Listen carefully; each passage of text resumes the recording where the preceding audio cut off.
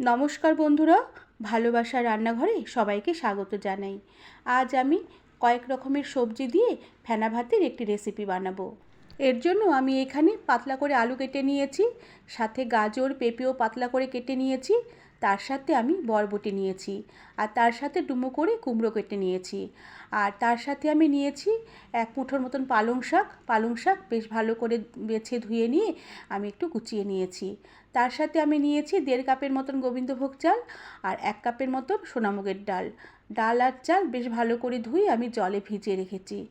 এরপর প্রথমে আমি রান্না করার জন্য গ্যাসে একটি কড়া বসিয়ে কড়াতে পরিমাণ মতন জল দিয়ে দিলাম, আর জলে আমি প্রথমে আলু গাজর আর পেঁপে দিয়ে দিলাম, কেননা এই সবজিগুলো সেদ্ধ হতে একটু সময় লাগবে। এরপর আমি ঢাকা দিয়ে রেখে কিছুক্ষণ এই আলু গাজর আর পেঁপে রান্না হতে দিলাম। এবার কিছুক্ষণ এই সবজিগুলোকে একটু ফুটিয়ে নেব।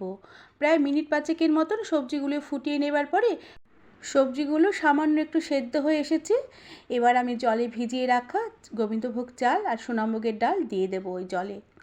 চাল আর ডাল আমি জলে ভিজিয়ে রেখেছিলাম, এর জন্য এই ফেনা ভাত হতে খুব একটা বেশি সময় লাগবে না। চাল আর ডাল দিয়ে বেশ ভালো করে একটু নেড়েচেড়ে মিশিয়ে নেব। চাল আর ডাল দিয়ে সঙ্গে সঙ্গে নেড়েচেড়ে না দিলে এই গোবিন্দভোগ চাল আর ডাল গরম জলে দেওয়াতে দলা পাকিয়ে যেতে পারে। এবার বেশ ভালো করে নেড়েচেড়ে মিশিয়ে নিয়ে এবার আমি দিয়ে দিলাম কেটে রাখা কুমড়োর টুকরোগুলোকে, সাথে বরবটির টুকরোগুলোকেও দিয়ে দিলাম। এবার আবারও বেশ ভালো করে নেড়েচেড়ে মিশিয়ে নিয়ে আমি এই ভাত বেশ ভালোভাবে ফুটতে দিলাম। আর ভাত বেশ ভালোভাবে ফুটে উতল চলে আসলে আমি কয়েকটা কাঁচা লঙ্কা দিয়ে দেব। তবে এখানে আমি গোটা কাঁচা লঙ্কাই দিয়েছি, কাঁচা লঙ্কা আমি চিড়ে দিইনি। কাঁচা লঙ্কা চিড়ে দিলে ফেনা ভাতটা ঝাল হয়ে যাবে, আর ঝাল ঝাল ফেনা ভাত খেতে ভালো লাগবে না। আর এরপরে আমি ফেনা ভাতে আমি পরিমাণ মতো নুন দিয়ে দিলাম, আর গ্যাসের আঁচ কমিয়ে দিয়ে ঢাকনাটাকে একটু আলগা করে ঢাকা দিয়ে রেখে আমি ফেনা ভাত রান্না হতে দিলাম। আর এভাবে কিছুক্ষণ আধা ঢাকা দিয়ে রান্না করে নেবার পরে ভাত বেশ অনেকটাই ঘন হয়ে এসেছে, আর বেশ অনেকটাই ভাত আর সবজি নরম হয়ে এসেছে। এবার এই ফেনা ভাতটাকে আমি আবারও একটু নেড়েচেড়ে দেবো, না হলে নিচ থেকে একটু ধরে আসতে পারে। এবার আমি ফেনা ভাতে কেটে রাখা পালং শাক দিয়ে দিলাম, আর তার সাথে কেটে রাখা টমেটো টুকরোগুলোকেও ফেনা ভাতে দিয়ে দিলাম। এবার শাক আর টমেটো বেশ ভালো করে নেড়েচেড়ে মিশিয়ে নিয়ে আবারও কম আঁচে অর্ধেকটা কড়া ঢাকা দিয়ে আমি রান্না হতে দেব, যতক্ষণ না শাক বেশ ভালোভাবে সেদ্ধ হয়ে যায় আর ফেনা ভাতও বেশ অনেকটাই ঘন হয়ে জল শুকিয়ে ঘন হয়ে আসে।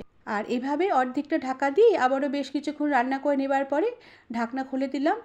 সবজিও বেশ খুব ভালোভাবে সেদ্ধ হয়ে গেছে, কিন্তু গোটা গোটা আছে, আর ভাতও বেশ গলে গিয়ে অনেকটাই ঘন হয়ে এসেছে।